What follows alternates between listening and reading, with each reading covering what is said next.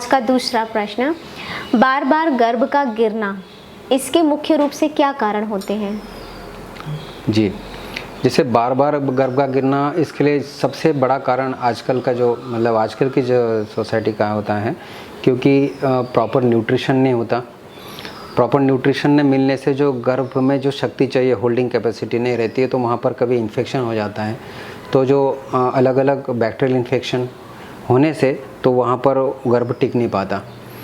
कई hormonal changes भी होते हैं जैसे शरीर में, जैसे थायराइड, हाइपरथायराइडिज्म अगर हो तो भी उसका भी इफेक्ट गर्भाशय पर आता है, तो भी वो एबॉर्शन होने के चांसेस होते हैं। तो हार्मोन्स, इन्फेक्शन, और कभी कभी अगर गर्भाशय की साइज़ भी अगर कुछ हाइपोप्लास्टिया अगर हो थोड़ा थोड़ा, तो वो भी होता है कारण कि वो बच्चा टिकने में दिक्कत हो जाती है। तो ऐसे कई कारण होते हैं।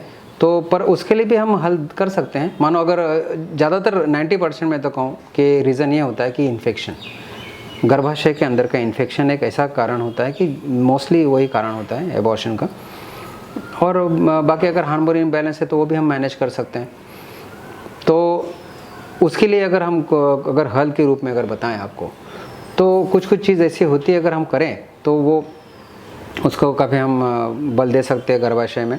जैसे अगर हम कई बार बोले इससे पहले भी कि कुछ ऐसे नेचुरल कुछ ऐसी चीज़ें होती है, कुछ पत्ते होते हैं नेचर में, कुछ ऐसे वनस्पतियां हैं जिसको पत्तों का काढ़ा अगर हम पिए तो हमारे जो बहनों का गर्भाशय में काफ़ी शक्ति मिल सकती है। सबसे पहला उसमें है तो इमली का पत्ता। इमली का पेड़ तो सभी को पता ही है, खट्टी इमली, उसके पत्ते हैं, उसको अगर 10 मिनट उबाले 1 गिलास पानी में और फिर ठंडा होकर वो पी सकते हैं 1 सप्ताह तक लगातार। उसके बाद सहजन की फली जो होती है जिसको ड्रमस्टिक बोलते हैं, उसके पत्ते वो अगर आप कर सकते हैं। पीपल के पत्ते में तो बहुत शक्ति होती है, वो कर सकते हैं।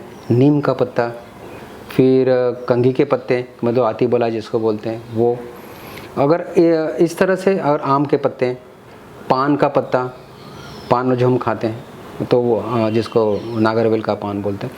तो ये सब चीज़ों का ये जो नेचर में ये जो है इनका लाभ लेना चाहिए। प्रॉब्लम ये आता है कि मुझे बहुत बार हमने देखते हैं कि लोगों में एक मानसिकता हो बैठी है कि हर चीज़ का हल डॉक्टर के पास है, हर चीज़ का हल वो केमिकल इंजेक्शंस या हार्मोनल इंजेक्शन से इसे होता है। एकदम गलत बात है। देखो, ये पंचभूत का बना हुआ शरीर है, पंचभूत का शरीर है, इसका हल भी पंचभूत में ही है, कोई अलग चीज़ नहीं। पौधे बस उनका भले उस तरह से उन्होंने शरीर पाया है, जो भी है उन्होंने ऐसी आकृति पाई है, पर बनी तो पंचभूत से ही है। सारा संसार पंचभूत का बना हुआ है, तो हल भी पंचभूत में ही है। जरूरी नहीं कि हम जो हमारे बुद्धि से सिंथेटिकली बनाए हुए मेडिसिन इंजेक्शंस में सारा हल है, बिल्कुल भी नहीं। तो कुल मिला के मैं तो दर्शकों को ये भी कहूँगा कि थोड़ा नेचर के सहारे जाओ। नेचर में बहुत शक्ति है। जैसे मैं अभी कुछ पत्तों का नाम बताया आपको, ये जो पत्तों वाला आपने बताया, ये रैंडमली कभी भी ले सकते हैं या कोई इसका? नहीं, रैंडमली आप ले सकते हो, पर 7-7 दिन ले, ताकि पूरा इफेक्ट बॉडी में हो, कंटिन्यूटी में। एग्जैक्टली। जैसे इमली का पत्ता तो 7 दिन लगातार ले, सोमवार से रविवार तक, सवेरे एक समय फिक्स कर दो 7 बजे। और कोई भी पत्ता कभी भी ले सकते, उसका कोई प्रॉब्लम नहीं है। आप सीक्वेंस बदल सकते हो, पर समय 7-7 दिन का ले, आपको जो अवेलेबल। चलो मैं अभी पहले इमली का पत्ते का नाम ले, मतलब इमली का पत्ते से शुरुआत करना जरूरी नहीं। आपके सामने मोरिंगा का पत्ता है तो मोरिंगा ले लो, आपके सामने आम का पेड़ है तो आम खड़ा है तो आम से शुरुआत करो, पीपल का खड़ा है तो पीपल से शुरुआत करो। और इनमें से कोई एक पत्ता अगर मिस हो जाए, पत्ते का काढ़ा मिस हो जाए तो कोई दिक्कत नहीं आएगी। पर जितना हो सके अभी हमने बताया, फिर से रिपीट कर देता हूँ ताकि आपको समझने के लिए आप लिख लेना, भले ऐसा है तो, जो अगर दर्शक देख रहे हैं तो। भले हमने बताया इमली का पत्ता, हमने बताया आपको सहजन मोरिंगा का पत्ता, हमने बताया आपको पीपल का पत्ता, नीम का पत्ता, फिर आपने कंघी का पत्ता, फिर पान का पत्ता जो हम पान खाते वो, आम का पत्ता, ये बताएं। और आखिरी में अगर देखा जाए तो वो एक और पान जैसा होता है जिसको बोलते हैं अरबी का पान, शायद देखा होगा। हाँ। अरबी के पत्ते होते हैं। हाँ। तो अरबी के पत्ते में भी बहुत शक्ति होती है। तो अरबी का पत्ता भी अगर आप थोड़ा सा टुकड़ा बड़ा होता है तो आधा ही ले लें, बड़ा ले आधा ही होता है, तो उसको भी आप अगर उबाल के आप लेते हो तो शरीर के लिए अति उत्तम होता है। तो इन पत्तों का आप सेवन करें। उसके ठीक आधा घंटे के बाद कुछ तेल होते हैं, तेल में भी बड़ी शक्ति होती है, तेलों का भी सेवन कर सकते हैं। जैसे नारियल तेल है, कुसुम का तेल है, राम तिल तेल है। ये इतने बढ़िया तेल होते हैं कि इसका हमें शरीर में जाने के बाद ऑर्गन्स को बड़ी शक्ति मिलती है। तो आपने जो बताया कि पूछा आपने जो बार बार जो गर्भ गिरने की जो बात होती है, अबॉर्शन की बात होती है, इसको रोक सकते हैं। तो तेलों में बड़ी शक्ति होती है। और हालांकि साइंटिफिकली तेल को कभी गर्म नहीं किया जाना चाहिए होता है। कोई भी तेल को या घी को गर्म इसलिए नहीं किया जाता क्योंकि उसके अंदर जो अनसैचुरेटेड फैटी एसिड होते हैं वो फैटी सैचुरेटेड हो जाते हैं। मतलब समझ लो, अगर ये पता है मैं ऐसा ऐसा करूँ, अगर इस तरह से टेढ़ा मेढ़ा फैटी एसिड्स है तो ये नेचुरल है। अगर मैं तेल को गर्म करूँ तो वो बराबर जाके ऐसे सेट हो जाएंगे, तो ऐसे हो जाएंगे वो। तो ये हो गए सैचुरेटेड फैटी। मतलब हम तेल के अंदर और घी के अंदर के अनसैचुरेटेड फैटी एसिड्स को हम सैचुरेटेड फैटी एसिड कर देते हैं गर्म करके। तो टेढ़ा मेढ़ा हो तो शरीर में अगर जावे तो शरीर के अंदर के जो दोष है वो निकाल के वो साफ़ कर सकता है। पर ये ऐसा है, ऐसा अगर हम बराबर से गर्म करके दे तो जाके कहीं ना कहीं सेटल भी हो सकते हैं। कहने का तात्पर्य है कि ऑयल को या घी को ये प्राकृतिक रूप में ही अगर शरीर में डाले तो बहुत अच्छा होता है वो फैटी एसिड्स। ये तेल की क्वांटिटी कितनी लेनी चाहिए? हाँ जी, ये बात सही है। जैसे आपने नारियल तेल में बताया आपको पीने के लिए, कुसुम का तेल जिसको करड़ई का तेल बोलते हैं, या तो सैफफ्लावर ऑयल बोलते हैं, या फिर रामतिल तेल जिसको नाइजर सीड ऑयल बोलते हैं।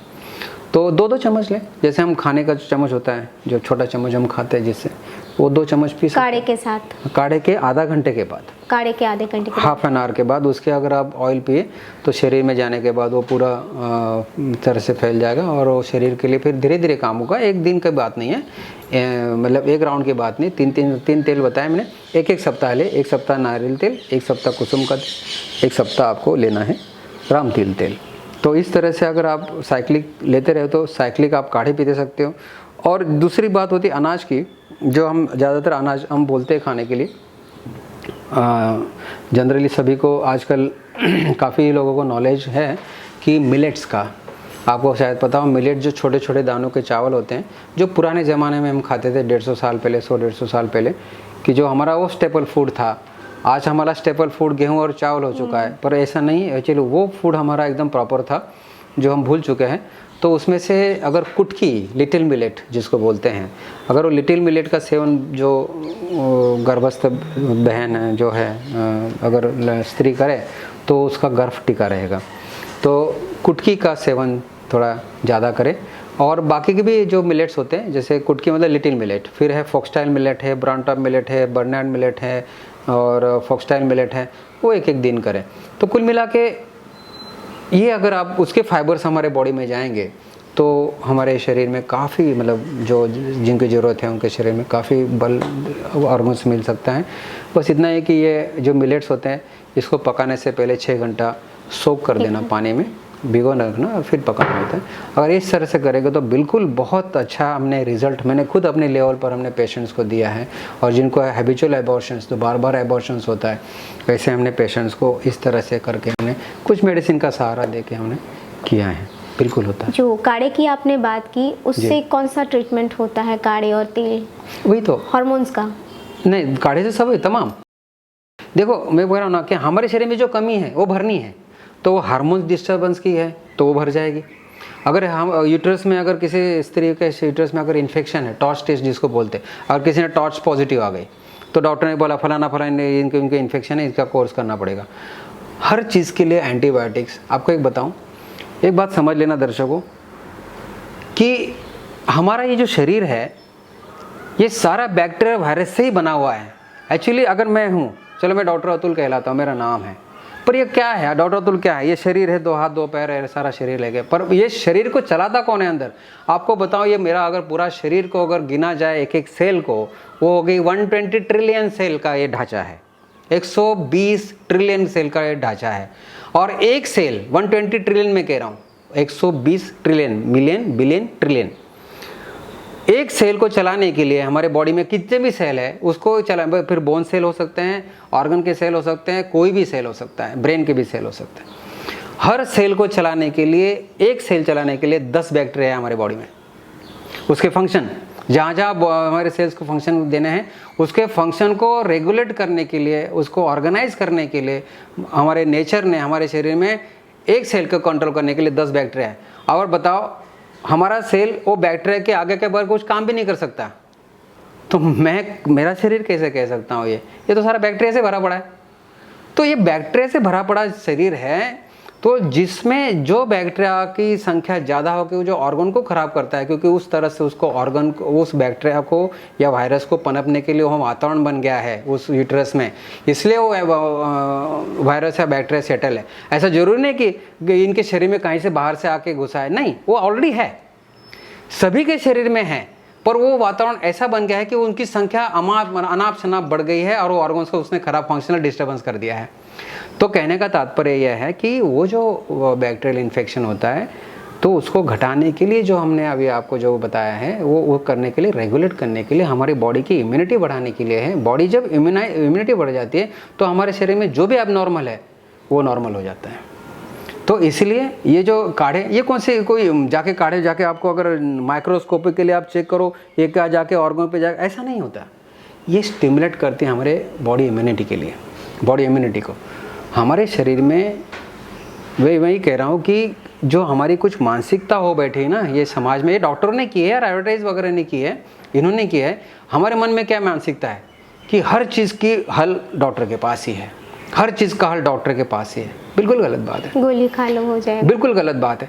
हमारे अंदर भी भगवान ने, प्रकृति ने एक डॉक्टर बिठाए रखा है, उसको इम्यूनिटी बोलते हैं, जिसको किसी का विश्वास ही नहीं, जिसके ऊपर बड़ा दुख की बात है ये कि ये हमारे अंदर का जो डॉक्टर है उसको कभी हम चांस ही नहीं देते हम ठीक करने के लिए, और वो जो अंदर का डॉक्टर के लिए जो चीज़ चाहिए वो हम देते ही नहीं है। दिव्य शिशु गर्भ संस्कार शंका समाधान कार्यक्रम का सिलसिला जारी रहेगा। आपकी शंकाओं का समाधान होते रहेगा इस श्रृंखला के अगले एपिसोड में। तब तक रखिए अपना ख्याल। नमस्कार, हरिओम। अधिक जानकारी के लिए संपर्क करें महिला उत्थान मंडल द्वारा संचालित दिव्य शिशु गर्भ संस्कार केंद्र, संत श्री आशाराम जी बापू आश्रम, अहमदाबाद।